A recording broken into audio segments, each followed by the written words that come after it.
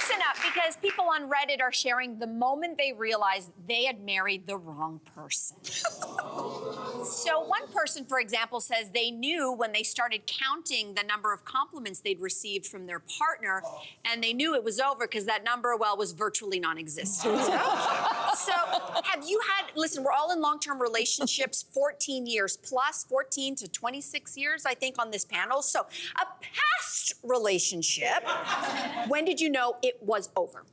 I remember being with a boyfriend and driving, and he was thinking philosophly, and he said, you know what, how do they really know that dinosaurs even really existed?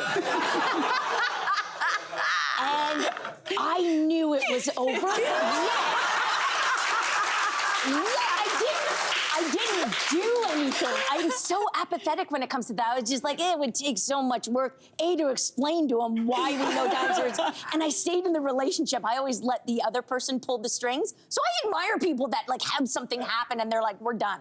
I love that. Yeah, that's I've never been able to do it. Yeah.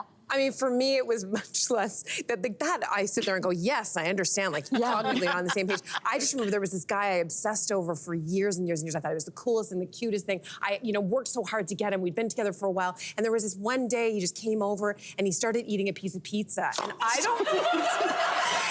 It was something about the way he was eating with his mouth open. It's like I'd never seen him eat before. And I just was like, it's over. I cannot...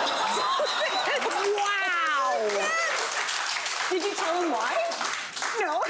So to this day, he doesn't know it was the pizza. No. Oh my God. See, I don't have a story about me, but my mom, she was married before my dad, which I found out when I was a kid. And she told me her ex was a not so great man. And she said she had doubts on her wedding day, but she said she knew it was over when, and she was a television broadcaster, and she was the anchor of a local evening supper hour news program. He said he was going to call her boss to tell them to reschedule the news program so she could be home to have supper on the table. Oh!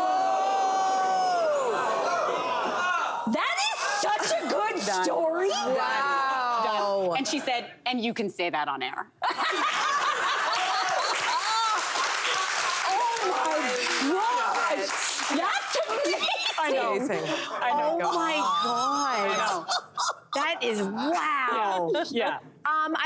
I always think that it's never just one thing. I think it's probably things accumulate over time, and then there just happens to be the pizza moment that just breaks it all to bits. So I don't know what happened before the pizza, but I just remember there's never been one thing that an ex has done. I think there's been big signs that have led to it. So for example, an ex who was really, who was not treating his parents well, over time I realized that's not a good sign, and then something happens. And there was one time when an ex, I was so convinced for whatever weird reason that he was going to propose, and there was a moment when I thought it was going to happen, and I realized in that moment, if he asks me, I'm going to say no, and I realized, why am I in this relationship? Great point. That was the sign that it's like, if you think he's going to propose and you want to pee your pants, you probably shouldn't be there. And so that's it. It ended. Sadly, not quickly enough after that. But anyway, we eventually got there. I just want to, you mentioned engagement, wedding. One of these from the list that I loved the most, when he didn't mention me in his speech at our wedding. Time to go. Oh my God, is it too late to call the priest in reverse? Can we just reverse what we just did? Is there a 24-hour cooling off period? Policy. Yeah. Wow. Hey, you, come a bit closer. We've got so many more must-see interviews, spicy debates, lifestyle tips, and pop culture moments. So subscribe to our channel by tapping the logo below and don't miss out.